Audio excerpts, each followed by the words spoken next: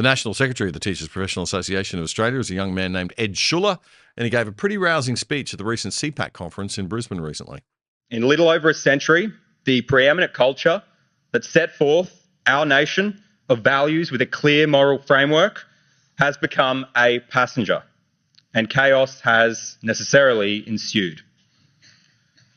To the morbid point now, where our ruling class would have us believe that our lack of a distinct culture is in fact our strength, that we're nothing but foreigners in a multicultural land, no common sense of purpose or identity.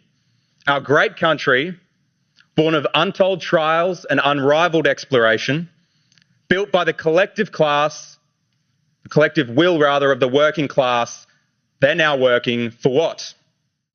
One malignant force is without doubt the multi-headed beast that is the left-wing, anti-human union movement. You are sorely mistaken if you believe that their influence has dwindled as union membership itself has declined. They've been commandeered by the Marxists, by the communists, abandoning their roots, namely the Christian faith, which once held them in good stead. And now they control trillions of dollars through superannuation. They've spearheaded our moral decay as a country, and they've long taken over our institutions. Ed Schuller joins me this week on the other side as commentary guest, as does former Queensland LNP Premier Campbell Newman.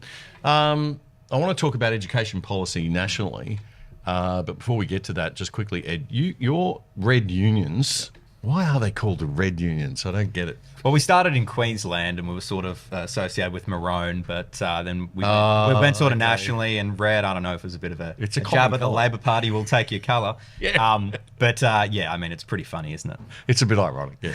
Okay, so you've got the nurses union as well as the teachers union that you look after, but there's the Nurses Professional Association of Australia as well. Yep. And that's really, I mean, it grew sort of immediately after COVID with the nurses not wanting to, adhere to heavy-handed vaccination requirements, and but it's just exploded, right? I mean, you're doing very well. I think 30% of frontline nurses now in Queensland. In the state, which is where we started. So we only started in 2012. It was actually after the Queensland Health payroll bungle, and the QNMU didn't want to talk they didn't want to campaign against the Labor Party because it looked like they were heading to a defeat against your incoming government. But yeah, we started there 13 years ago. Now 13,500 members across the state of Queensland alone, and that's what we're looking to replicate Australia-wide. Around Australia. Okay, the major nursing unions, particularly in Victoria, are going to freak out, aren't they? And teachers' unions. They are. Well, we set up an office down in Melbourne as well at the start of this year, so really putting resources into there, because the issues that we talk about today, they're even more rampant in Victoria. I think that's where a lot of this money and the ideas are coming from, is actually down south. So is it legally stitched up, the union movement? Like, I mean, you're only supposed to have one union. I thought there were laws that said you can only have one union per industry. Well, in Queensland, the demarcation laws as well, but in Queensland, there's a conveniently belong clause, which is basically a group of workers can't set up their own union if they can conveniently belong to another one, which is basically just a monopoly clause. So the Queensland government needs to repeal that clause and allow competitive unionism in the state. And as soon as that happens, that's from the Industrial Relations Act of 2016. As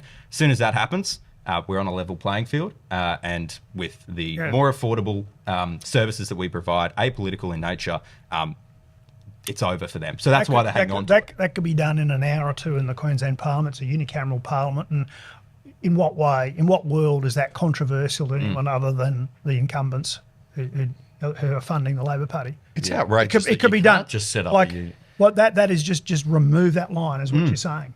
How have you managed to navigate around that? With a lot of tact. So hats off to Jack and Graham. But yeah, they've tried to drive us out of the state. Even in 2022, in sort of the dying years of the Palaszczuk government, they stopped us from being able to represent members in the Industrial Relations Commission, which is obviously a pretty important thing for a union professional association to do. So they tried to drive us out of the state. We found ways around it to a certain point, but it's a year in now, and now is the time for competition, and it's the workers that will actually benefit from it. Yeah. I mean, I think if New South Wales, Victorian, South Australian, West Australian nurses and teachers start to do what the Queensland ones are going, we want a different option, and they start to sign up, what are the state governments going to do? They can't stand up against the people at the best of times. Exactly. That's not their role. Why can't Chrysopher and Blade do something about it right now? Yeah, in Queensland. Oh, there's yeah. the challenge. They Why, could be right the now? lead- Well, they've got government. They're the only Yeah. ones. Yep. All right, to education. Things are not good in our schools. Okay, we get again, Queensland's in the spotlight, unfortunately, on this week with the, I don't know if people interstate or around Australia are fully aware of the story of 140 high school students sitting their final exam, going in there all taught up and learned up on good old Octavian, Augustus Caesar. And then they get in and the exam's all about Julius Caesar. And the teacher's like, oops, we taught you the wrong stuff.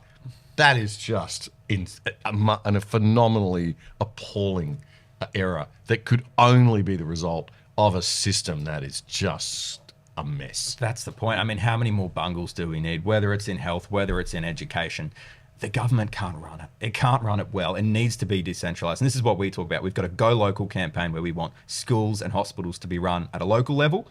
There is an awful amount of bloat, as you would well know, Campbell, in the departments, in the government departments, particularly in education.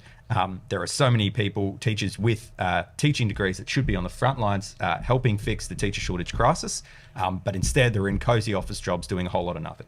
So what we want to do is restructure that completely. And I think, unfortunately, the spectre of this man right here is looming for some reason over the government in terms of bold reform agendas. But that's what we need. That's what we need. Their parents like, Campbell Newman cut the public service in 20. Then he got up. But we didn't cut education. We boosted education. We in only a 3-year period completely reduced or eliminated the backlog of school maintenance funding. I could go on and on and on. But these cowardly, pathetic LNP members who spent 10 years curled up in a little ball who wouldn't defend their own legacy. Our legacy in education from 2012 to 2015 was a proud one. Okay, it was a proud one. If it wasn't a proud one, why? Well, Langbrook's now the education minister. If he did such a bad job in 2012 and 15, why is the education minister again?